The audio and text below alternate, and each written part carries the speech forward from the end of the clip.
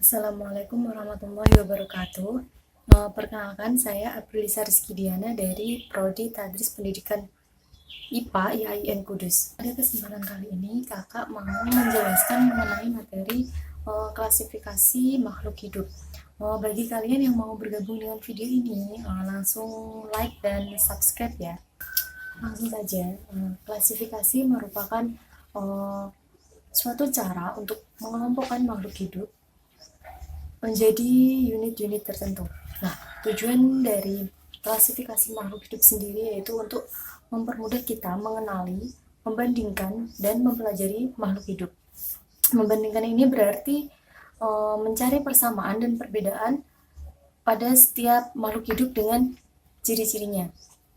Sedangkan untuk manfaat klasifikasi makhluk hidup yaitu memudahkan kita untuk mempelajari makhluk hidup yang sangat beragam ini, kemudian mengetahui jenis-jenis makhluk hidup, dan mengetahui hubungan kekerabatan makhluk hidup satu dengan makhluk hidup yang lainnya. Yang selanjutnya yaitu pengklasifikasian makhluk hidup. Di sini, di dunia ini, organisme itu dikelompokkan menjadi dua dunia besar, yaitu dunia tumbuhan atau kingdom plantae dan dunia hewan atau kingdom animalia. Kakak akan menjelaskan satu-satu ya. Yang pertama yaitu dunia tumbuhan atau kingdom plantae. Dunia tumbuhan ini meliputi makhluk hidup yang mempunyai dinding sel dari bahan selulosa dan berklorofil sehingga mereka mampu melakukan fotosintesis. Contohnya yaitu ganggang, tumbuhan lumut, dan tumbuhan paku. Dan yang kedua yaitu dunia hewan atau kingdom animalia. Dunia hewan ini tidak berdinding sel, tidak berklorofil, dan dapat bergerak bebas. Contohnya yaitu hewan berpori atau porifera, cacing atau vermes, dan hewan berongga. Kakak akan menjelaskan kelompok tumbuh-tumbuhan atau kingdom plantae. Kingdom plantae ini dibagi menjadi beberapa divisio. Yang pertama yaitu ada kelompok lumut, paku-pakuan, tumbuhan berbiji, dan ganggang.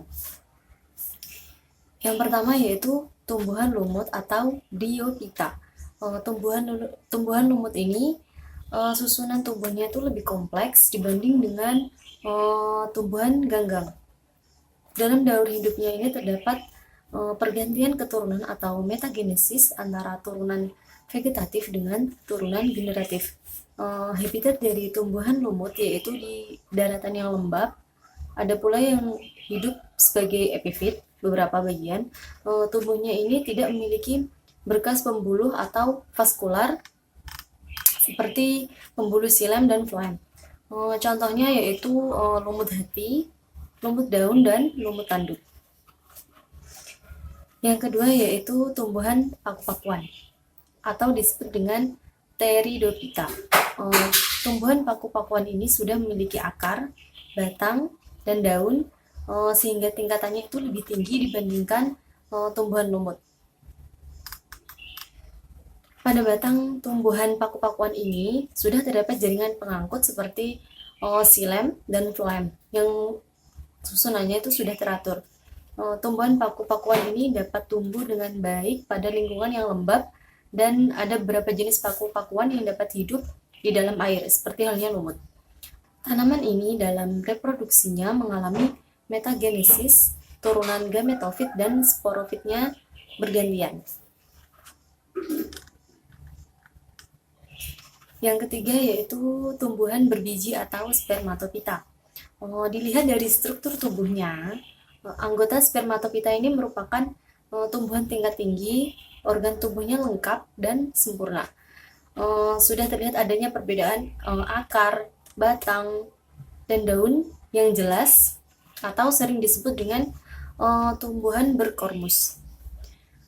Tumbuhan berbiji ini dikelompokkan menjadi dua, yaitu tumbuhan berbiji terbuka atau gymnospermae dan tumbuhan berbiji tertutup atau angiospermae. Baik, kakak akan menjelaskan tentang tumbuhan berbiji terbuka atau gymnospermae. Ciri-ciri morfologinya yaitu berakar tunggang, daun sempit, tebal, dan kaku. Bijinya ini terdapat di dalam buah atau makrosporofil. Juga mempunyai serbuk sari yang terdapat di dalam bagian yang lain. Daun buah penghasil dan badan penghasil serbuk sari terpisah dan masing-masing disebut dengan strobilus.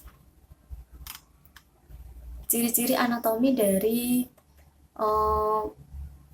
tumbuhan berbiji terbuka yaitu akar dan batang yang berkambium, akarnya mempunyai kaliptra, batangnya tua dan muda, tidak mempunyai phloeterma atau sarung tepung, yaitu endodermis yang mengandung zat tepung.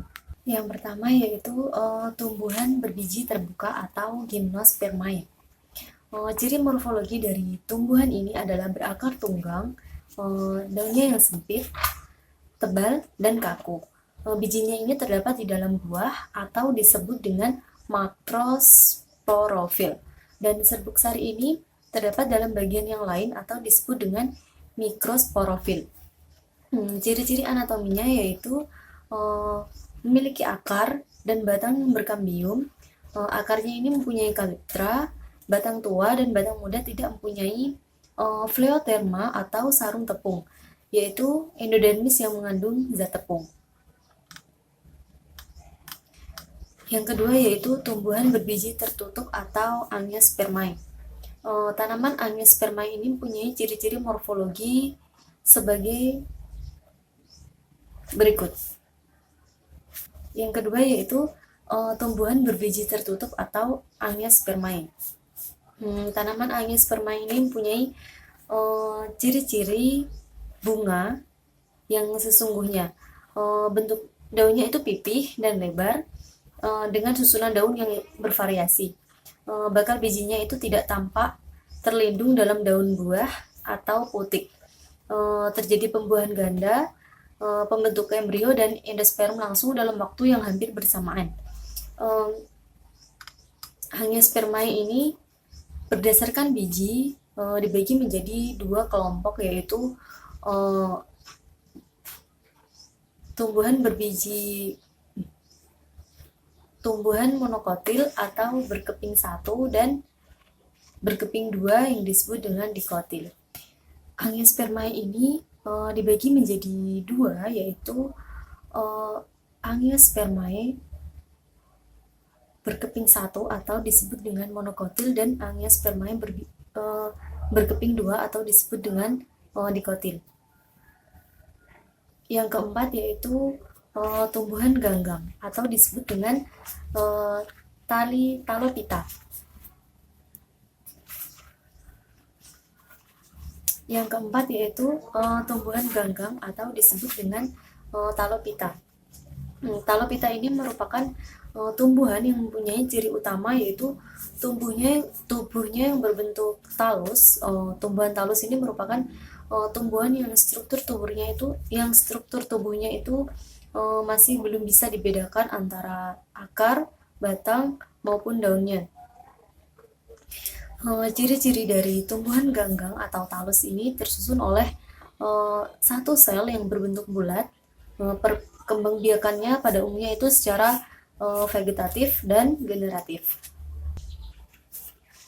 Nah, itu tadi penjelasan mengenai pengklasifikasian tumbuhan. Yang selanjutnya yaitu pengklasifikasian kelompok hewan. Hewan yang terdapat di muka bumi ini itu kan sangat beragam, baik itu dari segi bentuk maupun ukurannya.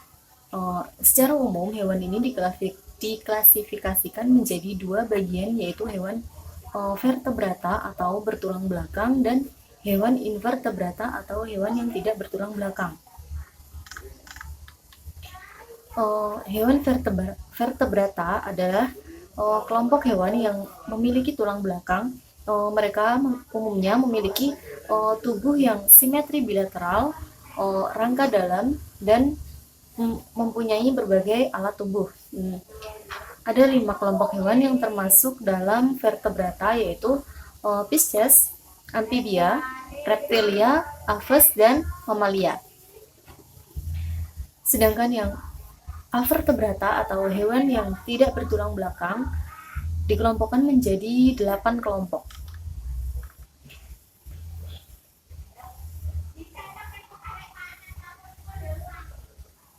Hewan tersebut adalah protista. Ini mirip hewan protozoa, hewan berpori atau porifera, hewan berongga, cacing pipih, cacing giling, cacing berbuku-buku atau annelida, hewan lunak atau moluska, hewan dengan kaki beruas-ruas atau arthropoda, dan hewan berkulit duri atau echinodermata. Nah, itulah materi yang dapat kakak sampaikan pada video kali ini. Semoga bisa bermanfaat bagi adik-adik selama di rumah aja ya. Sekian dan terima kasih. Wassalamualaikum warahmatullahi wabarakatuh.